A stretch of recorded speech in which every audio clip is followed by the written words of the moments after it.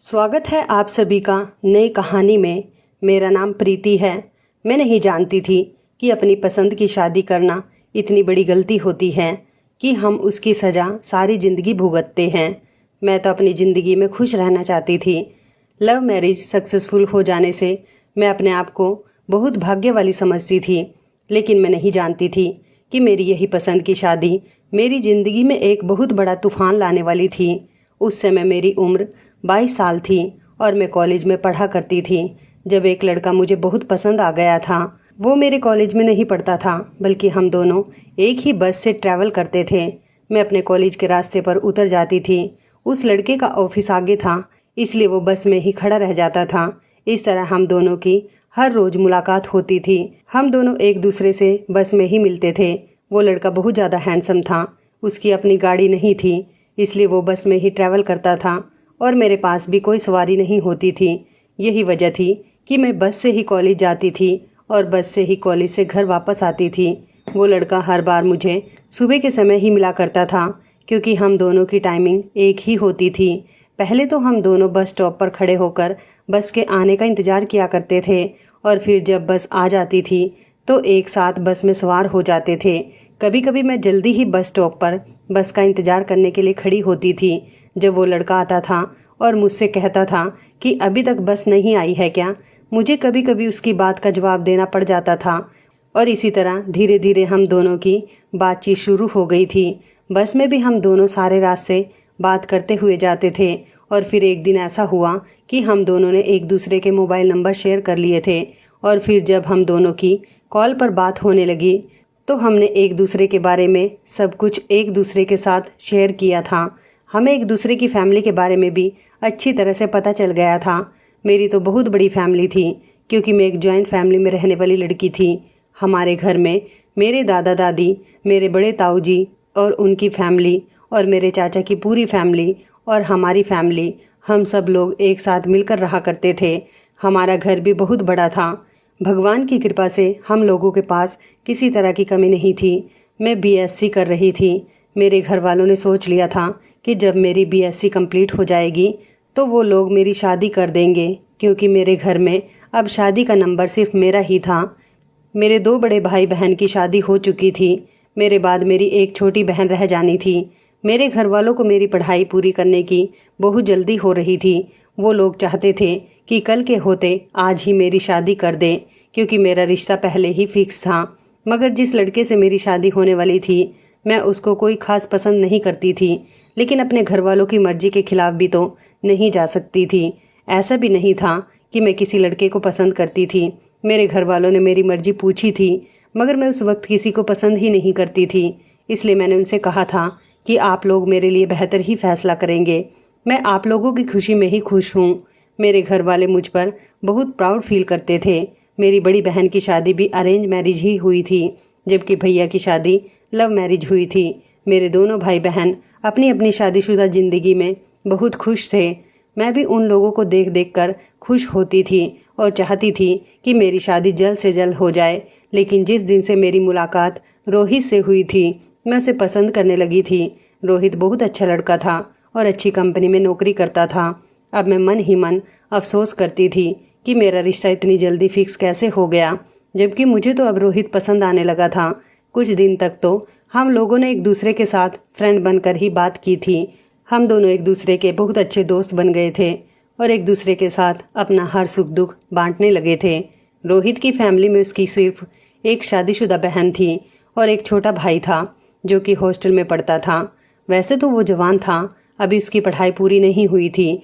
वो सिर्फ मेरे पति से 4 साल ही छोटा था, जबकि रोहित की बहन सबसे बड़ी थी और उसकी बहन ने अपने माता पिता के मर जाने के बाद अपने दोनों भाइयों का ख्याल रखा था और उनकी देखरेख की थी। रोहित ने बताया था कि उसकी बहन की शादी हो गई है। उसके ससुराल पास के ही मोहल्ले की है, इसलिए वो अपने मायके में आती जाती रहती है और अपने भाइयों का ख्याल रखती है।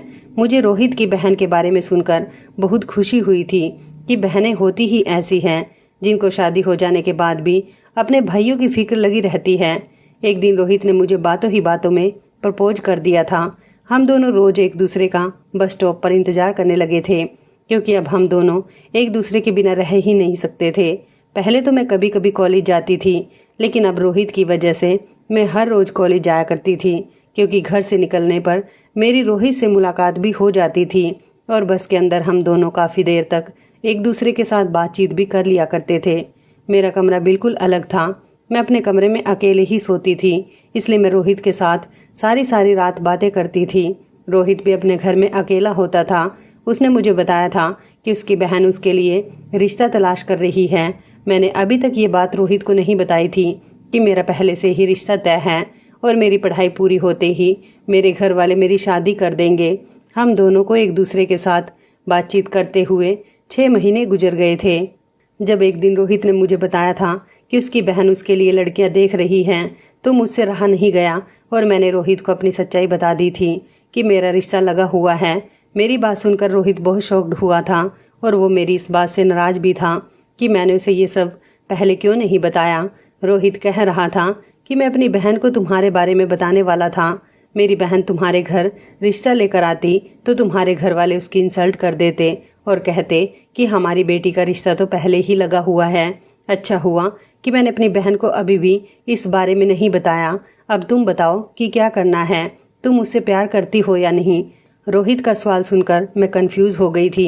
रोहित मुझसे नाराज़ हो रहा था, लेकिन मैं क्या कर सकती थी। मैं रोहित के प्यार में इतनी खो गई थी कि चाहकर भी उसे ये बात नहीं बता सकी कि मैं पहले ही एंगेज्ड हूँ। मैंने रोहित से कह दिया था कि मैं तुमसे प्यार करती हूँ और सिर्फ तुमसे ही शादी करना चाहती हूँ। तो रोहित कहने लगा, मैं तुम्हारे घर रिश्ता भेजने के लिए तैयार हूँ। तुम्हें अपनी फैमिली के सामने मेरे लिए स्टैंड लेना होगा। तुम्हें अपने मंगेतर से शादी करने के लिए इनकार करना होगा। मैं रोहित की बात सुनकर परेशान हो गई थी। मैंने रोहित से कह दिया था कि मैं अपने घर में बात करने की कोशिश करती हूँ, लेकिन ऐसा करना मेरे लिए बहुत मुश्किल था। मेरी समझ नहीं आ रहा था कि मैं अपने घर पर इस बारे में कैसे और किस तरह से बात करूँ, क्योंकि जब मेरे घर वालों ने रिश्ता लगने से पहले मुझसे मेरी मर्जी पूछी थी तो मैंने उन्हें हाँ कर दिया था, जिससे उन्हें यही लगता था कि उनकी बेटी किसी को पसंद नहीं करती। लेकिन अगर मैं अचानक से उनको अपनी पसंद के बारे में बता दूंगी तो इस बात का उन्हें भी बुरा लगेगा और शायद वो लोग मेरी शादी रोहित के साथ कभी भी नहीं होने देंगे। इस तरह तो मेरे घर में बहुत बड़ा हंगामा क्रिएट हो जाएगा। मेरी समझ नहीं आ रहा था कि मैं क्या करूं। मैंने इस बारे में अपनी एक फ्रेंड को बताया था। मेरी फ्रेंड ने कहा था कि अगर तुम्हारा रिश्ता तय था तो तुम्हें किसी दूसरे लड़के से मोहब्बत करने की क्या जरूरत थी। लेकिन मैं क्या करती, मैं अपने दिल के हाथों मजबूर हो गई थी। जब बस स्टॉप पर रोहित मुझसे बातचीत करने की कोशिश करता था और बस के अंदर आंखों ही आंखों में मुझे इशारे करता था, जो कि मुझे बहुत अच्छे लगते थे, मैं अपनी फीलिंग्स पर कंट्रोल नहीं कर पाई थी और उसकी मोहब्बत को एक्सेप्ट कर बैठी थी। मैंने अपने फ्रेंड से सजेशन मांगा था, लेकिन उसने मुझसे कहा था कि यहाँ पर तुम गलत हो। तुम्हें अगर कोई लड़का पसंद था तो तुम्हें पहले ही अपने घर वालों को बता देना चाहिए था।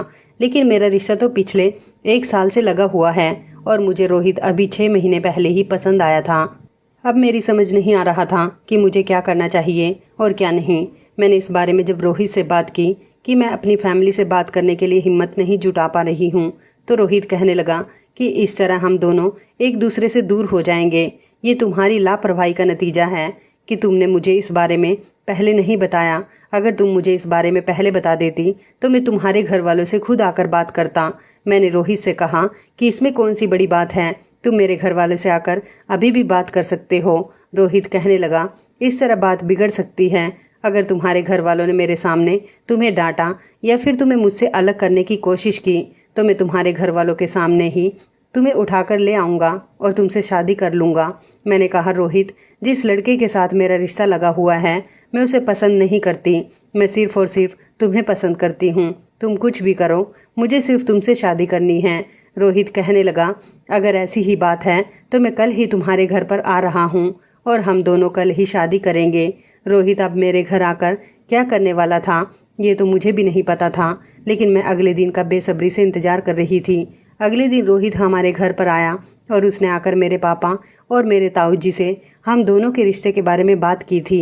मेरे पापा ने उसे बता दिया था कि उनकी बेटी का रिश्ता पिछले 1 साल से लगा हुआ है, अब कुछ नहीं हो सकता। जिस पर रोहित ने कहा था कि आपकी बेटी मुझसे प्यार करती है, अगर आपको यकीन नहीं आता तो आप उससे ये बात पूछ सकते हैं। रोहित की बात पर मेरे घर वालों को विश्वास नहीं हो रहा था, लेकिन जब मुझे बुलाया गया और मुझसे ये सवाल पूछा गया कि क्या तुम इस लड़के से प्यार करती हो। तो मैंने सबकी शक्ल को बड़े गौर से देखा था। सब डरावनी नज़रों से मुझे देख रहे थे, लेकिन जब मैंने रोहित की तरफ देखा तो मुझे उस पर प्यार आया और मैंने कह दिया था कि जी, मैं इससे प्यार करती हूँ। मेरे घर वालों को इस बात पर बहुत गुस्सा आया था और मैंने ये भी कह दिया था कि मैं इससे ही शादी करना चाहती हूँ। जहाँ पर आप लोगों ने मेरा रिश्ता लगाया हुआ है वहाँ से ख़त्म कर दीजिए, क्योंकि मैं उस लड़के को पसंद नहीं करती। इस बात पर मेरे ताऊजी ने कहा था कि बदतमीज़ लड़की, ये बात तुम पहले नहीं बता सकती थी। अब क्या तुम अपने घर परिवार वालों की इज्जत के साथ खेलना चाहती हो। रोहित कहने लगा, अंकल, मैं आपकी बेटी को बहुत खुश रखूँगा। मैं अच्छी नौकरी करता हूँ और मुझे यकीन है कि आपने जहाँ पर अपनी बेटी का रिश्ता तय किया हुआ है वहाँ से कई गुना बेहतर आपकी बेटी मेरे साथ खुश रहेगी। रोहित की बात सुनकर मेरे घर वालों ने साफ इनकार कर दिया था कि वो मेरी शादी किसी भी हाल में रोहित के साथ नहीं करेंगे। लेकिन मैंने भी अपने घर वालों से बोल दिया था कि अगर आप लोगों ने मेरी शादी रोहित के साथ नहीं की तो मैं शादी वाले दिन ही इस घर से भाग जाऊंगी। मेरी इस बात पर मेरे पूरे परिवार को शौक लग गया था और उन लोगों को बहुत गुस्सा आया था, जिस पर मेरे पिताजी ने कहा था कि तुम अभी और इसी वक्त इस लड़के के साथ हमारे घर से निकल जाओ, क्योंकि हमें तुमसे ऐसी उम्मीद नहीं थी। इससे पहले कि तुम हमारी इज्जत के साथ और खिलवाड़ करो, तुम अभी यहाँ से चली जाओ। हम लड़के वालों से खुद माफ़ी मांग लेंगे, क्योंकि अभी तो हम लोग इस बात को दबा सकते हैं, लेकिन शादी वाले दिन नहीं दबा सकेंगे। मेरे ताऊजी ने पापा को समझाने की कोशिश भी की थी, मगर पापा ने कहा था कि मेरी बेटी अगर इस लड़के के साथ शादी करना चाहती है तो इस घर से निकल जाए और इसके साथ शादी कर ले। हम इससे कोई संबंध नहीं रखेंगे। इस तरह मैं रोहित के साथ घर से निकल आई थी और मेरे घर वालों ने मेरे साथ सारे रिश्ते नाते तोड़ दिए थे। मुझे बहुत रोना आया था, मगर मैं क्या कर सकती थी। प्यार को जीतने के लिए कुर्बानी तो देनी ही पड़ती है। इस तरह रोहित और मैंने कोर्ट मैरिज कर ली थी और रोहित कोर्ट मैरिज करने के बाद मुझे अपने घर ले गया था। रोहित का घर बहुत अच्छा था। जैसे ही मैं रोहित के घर के अंदर दाखिल हुई तो सामने ही एक औरत बैठी हुई थी। इसके बारे में मेरे पति ने बताया कि ये उसकी बहन है। मैंने उनको नमस्ते किया था। जब उन्होंने रोहित से पूछा कि ये लड़की कौन है और रोहित ने बताया कि ये तुम्हारी भाभी है, मैंने इस लड़की के साथ शादी कर ली है, अब तुम्हें लड़के तलाश करने की ज़रूरत नहीं है। अपने भाई की ये बात सुनकर वो बुरी तरह से चौंक गई थी और कहने लगी थी कि ये तुमने क्या किया। मैंने तुम्हारे लिए अपनी पसंद की लड़की से तुम्हारा रिश्ता पक्का कर दिया था और तुम शादी करके आ गए हो। तुम्हें इस बारे में मुझे बताना तो चाहिए था। रोहित कहने लगा कि इसमें कौन सी बड़ी बात है। प्रीति भी मेरे लिए अपना रिश्ता तोड़ कर आई है, यहाँ तक कि उसके घर वालों ने भी इससे सारे संबंध खत्म कर दिए हैं। तुम भी लड़की वालों को हमारे रिश्ते से इनकार कर दो और कह दो कि तुम्हें लड़की पसंद नहीं आई, बस बात खत्म हो जाएगी। लेकिन मेरी ननद को मेरे पति की ये बात बहुत बुरी लगी थी और वो अपने भाई से बहुत नाराज हो रही थी। मुझसे तो वो बात तक नहीं कर रही थी। रात का समय हो गया था। मेरा पति हाथ पकड़कर मुझे अपने कमरे में ले गया था और बाजार से लाकर उसने मुझे खाना भी खिला दिया था। उसके बाद हम दोनों ने अपनी ज़िंदगी की नई शुरुआत की थी। मैं अपने पति के साथ बहुत खुश थी। अगले दिन जब मैं अपने कमरे से बाहर आई तो ये देखकर दंग रह गई थी कि मेरी ननद बाहर आंगन में बैठी हुई नाश्ता कर रही थी। मैंने अपनी ननद को गुड मॉर्निंग कहा और पूछा कि दीदी आप कब आए। तो वो चौंकते हुए कहने लगी कि कब आई से क्या मतलब है, मैं तो इसी घर में रहती हूँ, ये मेरा घर है। मैं अपनी ननद की बात पर बहुत हैरान हुई थी और उसे कुछ भी कहे बिना किचन में नाश्ता बनाने के लिए चली गई। नाश्ता लेकर मैं अपने कमरे में आ गई थी और अपने पति के साथ नाश्ता करने लगी। जब मैंने अपने पति से पूछा कि आपकी बहन क्या इस घर में ही रहती है, मेरा पति कहने लगा, हाँ, वो कुछ दिनों से हमारे घर पर आई हुई है। उनके पति से उनका झगड़ा हो गया, कुछ दिनों बाद अपने घर वापस चली जाएगी। अपने पति की बात सुनकर मैं खामोश हो गई थी। मेरा पति ऑफिस जाने के लिए घर से निकल गया था। मुझे बहुत खुशी हो रही थी कि जिस इंसान से प्यार करती थी आज मैं उसकी पत्नी बनकर उसके घर में थी। मैं अपने कमरे की सफाई करने के बाद अपने कमरे में ही बैठी हुई थी। मेरे पति के कमरे में टीवी लग रहा था और मैं टीवी देख रही थी जब मेरी ननद गुस्सा करती हुई कमरे के अंदर दाखिल हुई और ज़ोर ज़ोर से कहने लगी कि अरे ओ महारानी, यहाँ पर टीवी देखने के लिए आई हो, घर का कोई काम नहीं करना है क्या। मैंने उनसे कहा, दीदी आप मुझे बता दो क्या काम करना है, मैं कर लूँगी। तो वो कहने लगी कि कमरे से बाहर निकलो तब तो कुछ बताऊंगी ना। उन्होंने मुझसे कहा था कि किचन में खड़े होकर दोपहर का खाना बना और फिर उसके बाद कपड़े धो देना। मैं अपनी ननद की बात सुनकर किचन में खाना बनाने के लिए चली गई थी और फिर खाना बनाकर जैसे ही फ्री हुई तो कपड़े धोने के लिए मैंने वॉशिंग मशीन लगा ली थी। मुझे वॉशिंग मशीन लगाते हुए देखकर मेरी ननद कहने लगी, अरे अरे ये क्या हो रहा है।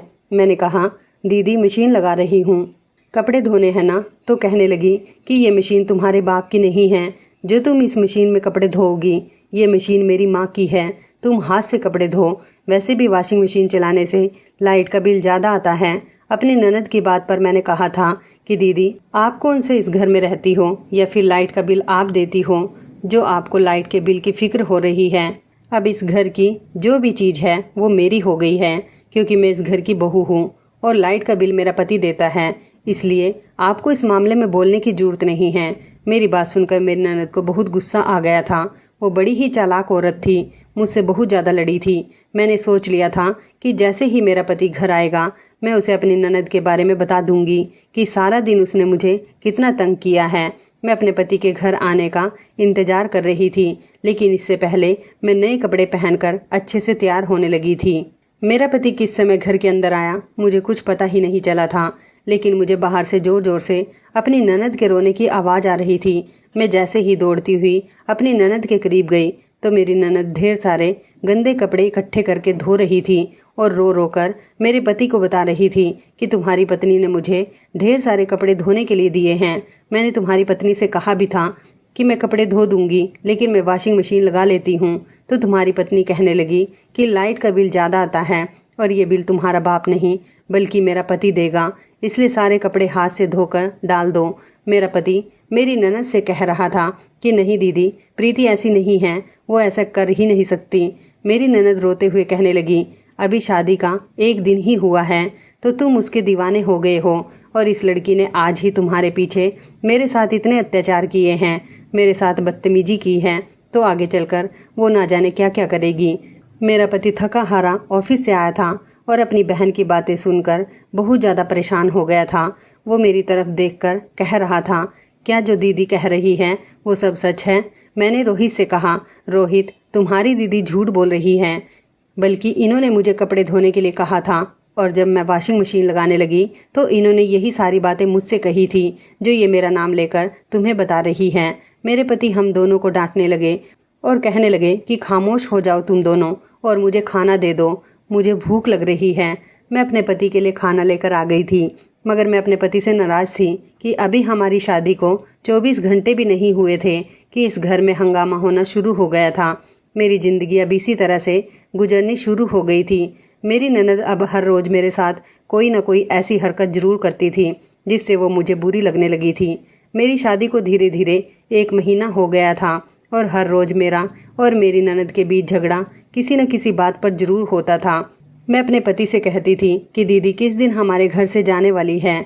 मेरा पति कहता था कि वो मेरी बहन है और जब तक चाहे यहाँ पर रह सकती है। मैं अपनी बहन को घर से तो नहीं निकाल सकता।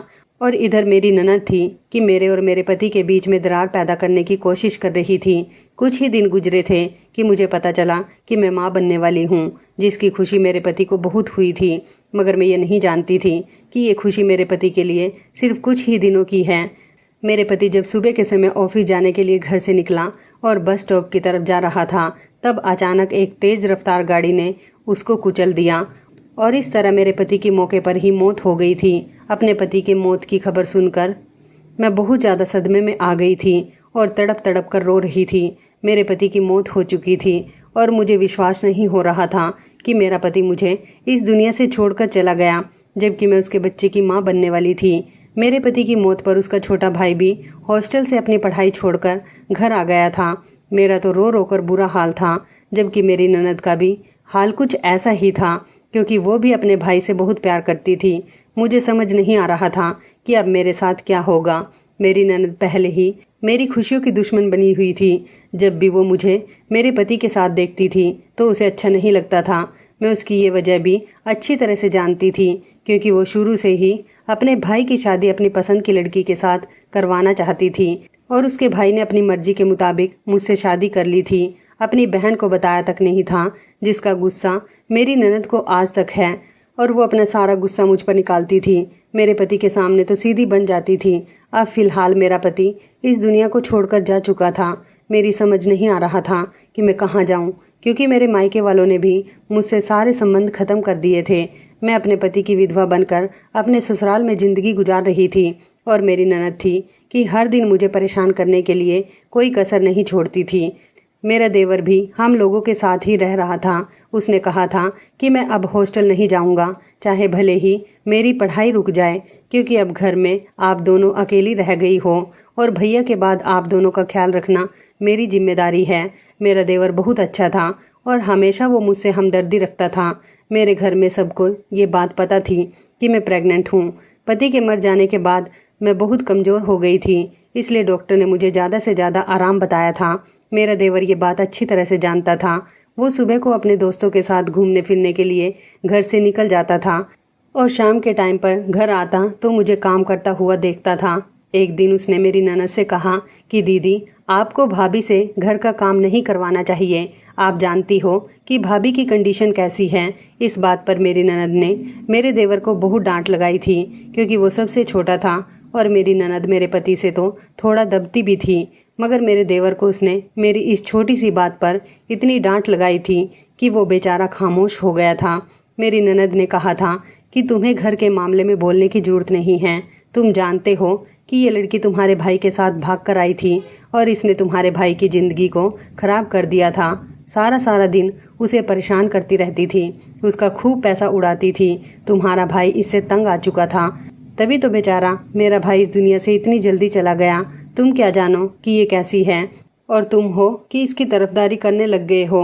मेरा देवर मेरी ननद से कहने लगा कि दीदी, वो माँ बनने वाली है, मैं इसलिए कह रहा हूँ। तो मेरी ननद कहने लगी, इसमें कौन सी बड़ी बात है। हर औरत जब माँ बनती है तो घर के सारे कामकाज करती है। अब ये हमारे घर में फ्री में तो नहीं रह सकती। मेरा देवर अपनी बहन की बात सुनकर खामोश हो गया था। मैं पहले तो अपनी ननद को अपने पति की वजह से एक दो जवाब दे भी दिया करती थी, लेकिन अब मैं जानती थी कि अब मुझे अपनी ननद की हर बात को बर्दाश्त करना होगा, क्योंकि अगर मैंने अपनी ननद के साथ बदतमीजी की या कोई लड़ाई झगड़ा किया तो वो मुझे इस घर से निकाल देगी। इसके बाद मैं कहाँ जाऊँगी। इसलिए मैं अपनी ननद के सारे अत्याचार खामोशी से बर्दाश्त करती रही थी और ये सब कुछ मेरा देवर देखता रहता था। और फिर मैं माँ भी बनने वाली थी, इसलिए मैं चाह कर भी कुछ नहीं कर सकती थी। मेरी तबीयत ठीक नहीं थी, मेरा ब्लड प्रेशर बहुत हाई चल रहा था। डॉक्टर ने मुझे कम नमक और कम मिर्च खाने को बताया था। कहा था कि अगर तुम्हारा ब्लड प्रेशर नॉर्मल नहीं हुआ तो बच्चे की जान को खतरा भी हो सकता है। ये बात मेरी ननद को पता चल गई थी, क्योंकि हर बार डॉक्टर घर आकर ही चेकअप किया करती थी। मेरे अंदर इतनी हिम्मत नहीं थी कि मैं हॉस्पिटल जाकर चेकअप करवाती, इसलिए मैं घर पर ही डॉक्टर को बुला लिया करती थी। मेरा देवर अब अपनी पढ़ाई छोड़कर अपने ही शहर में नौकरी कर रहा था, क्योंकि अब उसे ही तो इस घर को चलाना था। मैं खाना बनाकर जब अपने कमरे में आ गई तो कुछ ही देर के लिए सो गई थी। रात के टाइम पर जब मेरा देवर आ गया तो हम लोग एक साथ खाना खाने के लिए बैठ गए। जैसे ही मैंने खाना शुरू किया तो मेरे होश उड़ गए थे, क्योंकि खाने में नमक बहुत तेज़ था और मिर्ची भी तेज हो रही थी कि मेरे कानों से धुआं निकल गया। मैं ज़ोर ज़ोर से खांसने लगी थी। मेरे देवर ने जल्दी से मुझे पानी पिलाया। मेरी ननद कहने लगी कि क्या हुआ है। मैंने कहा खाने में नमक और मिर्ची बहुत तेज हो रही है। तो मेरी ननद कहने लगी कि खाना तो तुमने ही बनाया है, तुम्हें ही अपना ख्याल रखना चाहिए था ना। डॉक्टर ने तुम्हें नमक और मिर्ची कम बताई है तो तुमने इतनी तेज क्यों की है। मैंने कहा दीदी, मुझे अच्छी तरह से याद है, मैंने इसमें नमक और मिर्च कम ही डाला था, वो ना जाने कैसे तेज हो गया। मेरी ननद कहने लगी, अब ये तो तुम्हें ही पता होगा। मैं बिना खाना खाए ही डाइनिंग टेबल से उठकर अपने कमरे में आ गई थी। आधी रात के समय मुझे बहुत तेज भूख लग रही थी, लेकिन खाने में नमक मिर्च इतना तेज था कि ना तो मैंने खाना खाया था और ना ही मेरी ननद और मेरे देवर ने। शायद वो दोनों मार्केट से खाना मंगाकर खा चुके थे, लेकिन मैं अभी तक भूखी बैठी हुई थी। मुझे बहुत कमजोरी महसूस हो रही थी, इसलिए मैं किचन में जूस पीने के लिए चली गई। जूस पीने के बाद मैं सो चुकी थी। अगले दिन जब मैं सीढ़ियों से नीचे उतर रही थी तब अचानक मेरा पैर फिसल गया था और मैं गिरने ही वाली थी कि मेरे देवर ने हाथ पकड़कर मुझे रोक लिया और इस तरह सीढ़ियों से गिरने से बच गई थी। मैंने अपने देवर को शुक्रिया कहा था। अगर मैं गिर जाती तो शायद मेरे बच्चे को भी नुकसान हो सकता था, लेकिन ये देखकर मैं दंग रह गई थी कि सीढ़ियों पर सरसों का तेल पड़ा हुआ था। ये तेल आखिर किसने डाला था? जरूरी ये काम मेरी ननद ने ही किया होगा। मैं समझ गई थी मगर मैं इस बात से परेशान थी कि मेरी ननद ने आखिर ऐसा क्यों किया था। मेरा देवर कहने लगा कि भाभी आप जाओ, मैं सीढ़ियों से तेल साफ कर देता हूँ, आप आराम करो। मुझे तो अब अपनी ननद से डर लगने लगा था कि आखिर वो क्या चाहती थी। मेरी शादी को 6 महीने गुजर गए थे, मगर अभी तक मेरी ननद एक बार भी अपने ससुराल नहीं गई थी। मुझे तो लगता ही नहीं था कि उसकी शादी हो चुकी है। आखिर उसकी अपने पति से कैसे लड़ाई थी कि ना तो वो अपने ससुराल जा रही थी और ना ही उसका पति उसे लेने के लिए आ रहा था। मेरा देवर भी अपनी बहन से बहुत डरता था और अब तो मैं भी उससे दब कर ही रहती थी। जब से मेरे पति की मौत हुई थी, मेरे देवर को अपने काम के सिलसिले में दूसरे शहर जाना था और अब वह 2 दिन के बाद घर आने वाला था। उसने ये बात हम लोगों को बता दी थी और वो अगले ही दिन अपना सामान पैक करके घर से निकल गया था। अब घर पर मैं और मेरी ननद अकेले ही रह गए थे। मेरी तबीयत बिल्कुल भी ठीक नहीं थी, क्योंकि ना तो मुझे ठीक से खाना मिल रहा था और ना ही मुझे ढंग से आराम करने को मिल रहा था। अब मेरा देवर भी घर से जा चुका था, इसलिए मेरी ननद ने मुझे और तंग करना शुरू कर दिया था। वो बेवजह ही मुझसे घर के सारे काम करवाती थी। साफ बर्तन को भी 2-2 बार धोने को कहती थी और बार बार कपड़े धुलवाया करती थी और मुझे वज़न उठाने को बोल रही थी, लेकिन मैं अभी वज़न नहीं उठा सकती थी। मैं उससे इस बात पर जब लड़ने बैठ गई तो उसने मुझे बुरी तरह से मारा था। मेरा एक दिन तो इसी तरह से गुजर गया था और दूसरे दिन मेरी ननद अपने किसी रिश्तेदार के यहाँ चली गई थी, तो सारा दिन मैं घर पर अकेली थी और मेरा वो दिन बहुत सुकून से गुजरा था। रात के समय जैसे ही मेरी ननद घर आई तो खाना खाकर सो गई थी। शायद वो थकी हुई थी। अगले दिन सुबह के 11 बज रहे थे जब मेरी ननद सोकर उठी और मुझसे नाश्ता मांग रही थी। मैंने उसे चाय बनाकर दी और नाश्ते में पराठे भी बना दिए थे। उसने नाश्ते से भरी प्लेट को ज़मीन पर फेंक दिया और कहने लगी कि मुझे ये नहीं चाहिए, मेरे लिए ब्रेड और आमलेट लेकर आओ। मैं खामोशी से फर्श पर पड़ी हुई गंदगी को साफ करने लग गई थी और अपनी किस्मत पर रो रही थी। आज मुझे बेहद अफसोस हो रहा था कि मैं अगर अपने पिता की मर्जी के मुताबिक शादी कर लेती तो मुझे ये दिन नहीं देखना पड़ता, क्योंकि मैं बहुत बड़ी तकलीफ़ से गुजर रही थी। मैं प्रेग्नेंट थी और मुझे सख्त से सख्त आराम की ज़रूरत थी और अच्छी डाइट की ज़रूरत थी, लेकिन मुझे तो इस घर में रहते हुए सुकून नहीं मिल रहा था। फर्श साफ करने के बाद मैं अपनी ननद के लिए नाश्ता बनाकर ले आई थी। उसने नाश्ता कर लिया था और फिर उसने मुझे दवाई दी थी और कहने लगी कि ये दवाई अभी मेरी आंखों के सामने खा लो। मैंने अपनी ननद से कहा कि आखिर ये किस चीज़ की दवाई है, तो वो कहने लगी कि मैंने तुमसे जितना कहा है उतना कर लो, वरना तुम्हें धक्के मारकर इस घर से निकाल दूंगी। मैं अपनी ननद से कहने लगी, लेकिन दीदी आप मुझे बताओ तो सही कि ये किस चीज़ की दवाई है। मेरी ननद कहने लगी कि ज़्यादा सवाल जवाब मत करो, बस जल्दी से खा लो। मैंने ठान लिया था कि मैं ये दवाई किसी भी हाल में नहीं खाऊंगी, इसलिए अपनी ननद से कह दिया था कि मैं ये दवाई जब तक नहीं खाऊंगी जब तक आप मुझे बता नहीं देती कि इस दवाई से क्या होगा। फिर मेरी ननद ज़ोर ज़ोर से हंसने लगी और कहने लगी कि मिसकैरेज की दवाई है, इसको खाने से तुम्हारा मिसकैरेज हो जाएगा। मैं अपनी ननद की बात पर बड़ी हैरान हुई थी। मैंने कहा था कि तुम मेरे बच्चे को क्यों मारना चाहती हो, मैं ये दवाई कभी नहीं खाऊंगी। तो वो कहने लगी कि ये दवाई तो तुम्हें ज़बरदस्ती खानी ही होगी, अगर तुमने नहीं खाई तो मैं तुम्हें इस घर से निकाल दूंगी। मैंने कहा मैं अपने बच्चे को किसी भी हाल में नहीं मारूंगी, ये रोहित और मेरी निशानी है, मैं अपने बच्चे की परवरिश करूंगी। मेरी ननद कहने लगी तुम इसकी परवरिश तो बाद में करोगी, इससे पहले ये बच्चा ही इस दुनिया में नहीं आएगा, क्योंकि मुझे अपने मायके में हिस्सा चाहिए। अगर तुम्हारा बच्चा पैदा हो गया तो कानूनी तौर पर इसका हक बनता है। इस तरह तो मेरा नुकसान हो जाएगा, क्योंकि 3-3 हिस्से बनेंगे। ये बच्चा मेरे भाई का हिस्सा ले लेगा, जबकि अब मेरा भाई नहीं रहा तो इसका हिस्सा भी इस घर से ख़त्म हो चुका है। इसलिए अब इस घर में सिर्फ हम 2 भाई बहन का हिस्सा ही बचा है। यही वजह है कि इस बच्चे को मारना बहुत ज़रूरी है।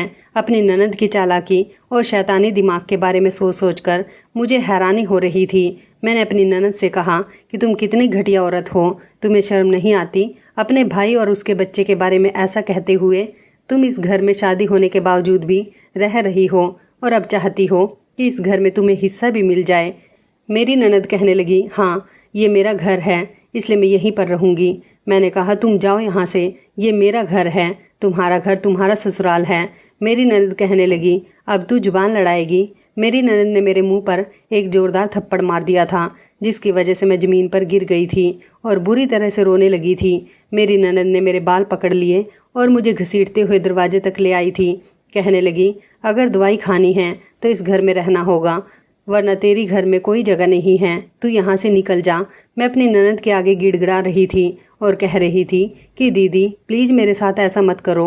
वो मुझे घसीटते हुए दरवाजे तक ही लेकर आई थी जब अचानक मेरा देवर दरवाजे पर आ गया और उसने मुझे मेरी ननद से बचा लिया। वो कहने लगा, दीदी आप ये सब कुछ क्या कर रही हो? मेरी ननद ने मेरे देवर से उसी तरह झूठ बोल दिया था जैसे वो मेरे पति के सामने बोलती थी। ऐसे ही उसने मेरे देवर के सामने भी कहा था कि इसे हमारे भाई का हिस्सा चाहिए, इसका बच्चा भी दुनिया में आया भी नहीं है और ये कह रही है कि मुझे मेरे बच्चे का इस घर से हिस्सा चाहिए, इसलिए मैं इसे घर से निकाल रही हूँ। मेरा देवर चौंकती हुई नज़रों से मेरी तरफ देख रहा था। मैं रोते हुए अपने देवर की तरफ इनकार करते हुए सर हिला रही थी। मेरे देवर ने मुझे संभाला और कमरे के अंदर लेकर आ गया था। वो मेरे साथ साथ मेरे कमरे में आ गया था और उसने कमरे का दरवाज़ा बंद कर लिया था, जबकि मेरी ननद गुस्सा होती हुई अपने कमरे में चली गई थी। मैं सुकून की सांस ले रही थी कि सही टाइम पर आकर मेरे देवर ने मुझे बचा लिया था।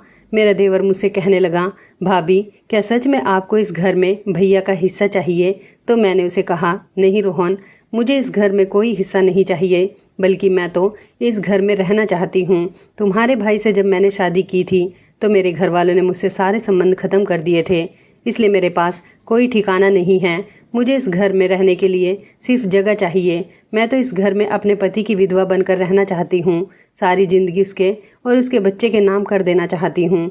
तुम्हारी दीदी झूठ बोल रही है।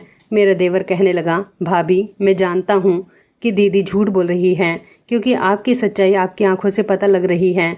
उस दिन खाने में नमक मिर्च डालते हुए मैंने दीदी को देख लिया था और फिर सीढ़ियों पर तेल दीदी ने ही डाला था। मैं सब जानता हूँ कि दीदी आपको बहुत परेशान करती है और मैं ये भी जानता हूँ कि वो हमारे घर में हमेशा हमेशा के लिए बसना चाहती है, तभी तो इतने समय से अपने ससुराल नहीं जा रही है। आप बेफिक्र रहो, भाई आपसे बहुत प्यार करते थे। मैं कभी आपको इस घर से नहीं जाने दूंगा। बस मेरी एक शर्त है जो आपको माननी पड़ेगी। मैंने अपने देवर से कहा कि हाँ बताओ तुम्हारी कौन सी शर्त है।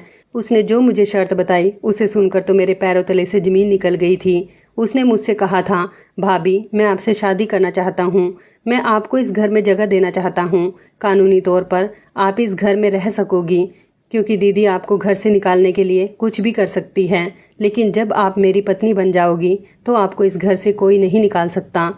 मैं अपने देवर से शादी करने के लिए तैयार नहीं थी। मैंने उसे कहा कि तुम ये कैसी बातें कर रहे हो, मैं तुमसे शादी नहीं कर सकती, मैं तुम्हारे भाई से बहुत प्यार करती थी। मेरा देवर कहने लगा, भाभी अभी आपने बच्चे को जन्म नहीं दिया है, जब बच्चा इस दुनिया में आ जाएगा तो अपने पिता के बारे में पूछेगा तो आप उसे क्या बताओगी कि उसका पिता इस दुनिया से जा चुका है? और क्या सारी ज़िंदगी आप दीदी के अत्याचार इसी तरह से सहती रहोगी? अगर आप चाहती हो कि आपका बच्चा और आप इस घर में हंसी खुशी ज़िंदगी गुजारो तो आपको ये कदम उठाना ही पड़ेगा। अपने देवर की बात सुनकर मैं कन्फ्यूजन का शिकार हो गई थी। मेरी कुछ समझ नहीं आ रहा था कि मैं क्या करूं। मेरी ननद की हरकत तो दिन ब दिन बढ़ती जा रही थी, इसलिए मैंने अपने देवर की बात मान ली थी। इस तरह मेरी शादी मेरे देवर के साथ हो गई और मेरी ननद जो कि मुझे घर से निकालना चाहती थी वो और ज़्यादा परेशान हो गई थी, क्योंकि अब इस घर में मेरा मकाम पहले जैसा बन गया था। मेरा देवर कह रहा था कि मैं अपनी दीदी की इज्जत करता हूँ और उनसे डरता नहीं हूँ, बस इसलिए कभी भी मैंने उन्हें कुछ भी गलत करने से रोकने की कोशिश नहीं की। लेकिन दीदी अब हद से ज़्यादा गिरती जा रही हैं, इसलिए उनको सबक सिखाने का सिर्फ एक यही अच्छा रास्ता है। मेरी ननद ने हम दोनों की शादी पर बहुत हंगामा किया था, क्योंकि वो जो चाहती थी वो नहीं हो सका था। मेरी ननद फिर से मेरे साथ वही सब कुछ करना चाहती थी जो वो मेरे पहले पति के साथ कर चुकी थी, हमेशा मेरे पति को मेरे खिलाफ भड़काना। अब रोहन के साथ भी ऐसा ही करने लगी थी, मगर रोहन उनकी बातों में नहीं आता था। रोहन यही चाहता था कि उनके पति आकर उन्हें यहाँ से लेकर जाए और खामोशी से ये मैटर सॉल्व हो जाए, मगर ऐसा नहीं हुआ था। कुछ दिनों के बाद खबर आई थी कि मेरी ननद के पति ने दूसरी शादी कर ली है।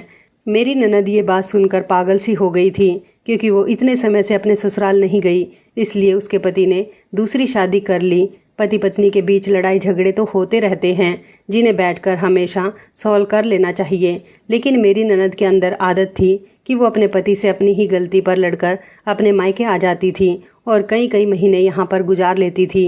उसने कभी पीछे पलटकर अपने पति के बारे में सोचा ही नहीं था कि वो कहाँ होगा, कैसे अपना गुजारा कर रहा होगा। वो अपनी पत्नी की हरकतों से तंग आ गया था, इसलिए उसने अपनी पत्नी को डिवोर्स देने का फैसला किया और दूसरी शादी कर ली। उसने डिवोर्स के पेपर हमारे घर पर भेज दिए थे। मेरी ननद डिवोर्स के पेपर देखकर बिलख बिलख कर रो रही थी। उसे तो उम्मीद ही नहीं थी कि उसका पति दूसरी शादी भी कर सकता है। उसे लगता था कि वो अपने मायके में उससे नाराज़ रहेगी तो वो भी उसको मनाने के लिए काफ़ी कोशिश करेगा, मगर उसने एक बार भी कोई कोशिश नहीं की थी। वो मेरा घर बर्बाद करने की काफ़ी समय से कोशिश कर रही थी, लेकिन भगवान हमेशा अच्छे लोगों का साथ देता है, इसलिए भगवान ने मेरा घर मेरे देवर के साथ दोबारा से बसा दिया था, जबकि मेरी ननद का तो बसा बसाया ही घर उजड़ गया था। मेरी ननद अपने किए पर बहुत पछताती है और अब वो मुझसे माफ़ी मांगती है। मैंने उसे माफ़ तो कर दिया है, मगर मेरे दिल में उसके लिए कभी इज्जत नहीं बन सकती, क्योंकि वो मेरी ज़िंदगी में काफ़ी जहर घोल चुकी है और उसने मेरे बच्चे को भी कई बार मारने की कोशिश की है। मेरी ननद अब कमरे में हमेशा बंद रहती है और पागलों जैसी हरकतें करती है। उसके किए की यही सज़ा है जिसको वो भुगत रही है। और कुछ समय के बाद मैंने प्यारी सी बेटी को जन्म दिया। मेरा देवर रोहन, जो अब मेरा पति बन गया है, वो मेरा और मेरी बेटी का बहुत ख्याल रखता है और मुझसे बहुत प्यार करता है। अब मैं अपने ससुराल में सुकून से रहती हूँ, अपने पति और अपनी बेटी के साथ खुशी खुशी ज़िंदगी गुजार रही हूँ, जबकि मेरी ननद का पागलपन अब दिन ब दिन बढ़ता जा रहा है। डॉक्टर ने बताया है कि उसे पागल खाने में एडमिट करना होगा। किसी का घर उजाड़ने से पहले हमें अपनी ज़िंदगी के बारे में सोच लेना चाहिए कि हमारे साथ भी कभी कुछ ऐसा हो सकता है जिससे हमारी ज़िंदगी भी एक पल में उजड़ सकती है। इसलिए हमेशा लोगों के बारे में अच्छा ही सोचें और उनके साथ अच्छा ही करें, ना कि बुराई करें, जिसकी वजह से आपकी ज़िंदगी ऐसी ना हो जाए कि आप किसी को मुंह दिखाने के लायक ना रहें। तो इस कहानी के बारे में आपकी क्या राय है, कमेंट करके ज़रूर बताइएगा। दोस्तों, आपको हमारी ये कहानी कैसी लगी, आप हमें कमेंट बॉक्स में ज़रूर बताएं। यदि आपके पास भी ऐसी कोई प्यारी सी कहानी है या फिर ऐसी कोई कहानी जिससे कुछ शिक्षा मिले, तो आप हमारे साथ उसको ज़रूर शेयर करें। दोस्तों, यदि आपको हमारी ये वीडियो अच्छी लगे तो आप हमारी इस वीडियो को लाइक शेयर ज़रूर करें और ऐसी ही दिल को छू लेने वाली प्रेरणादायक कहानियाँ सुनने के लिए हमारे चैनल को भी सब्सक्राइब करें। यदि आप हमें फेसबुक पर देख रहे हैं तो आप हमारे फेसबुक पेज को लाइक और फॉलो ज़रूर करें। तो दोस्तों, फिर मिलते हैं ऐसी ही ज़बरदस्त कहानी या टिप्स के साथ नई वीडियो में। तब तक के लिए धन्यवाद। आप सभी अपना ख्याल रखना। आपका दिन शुभ व मंगलमय हो।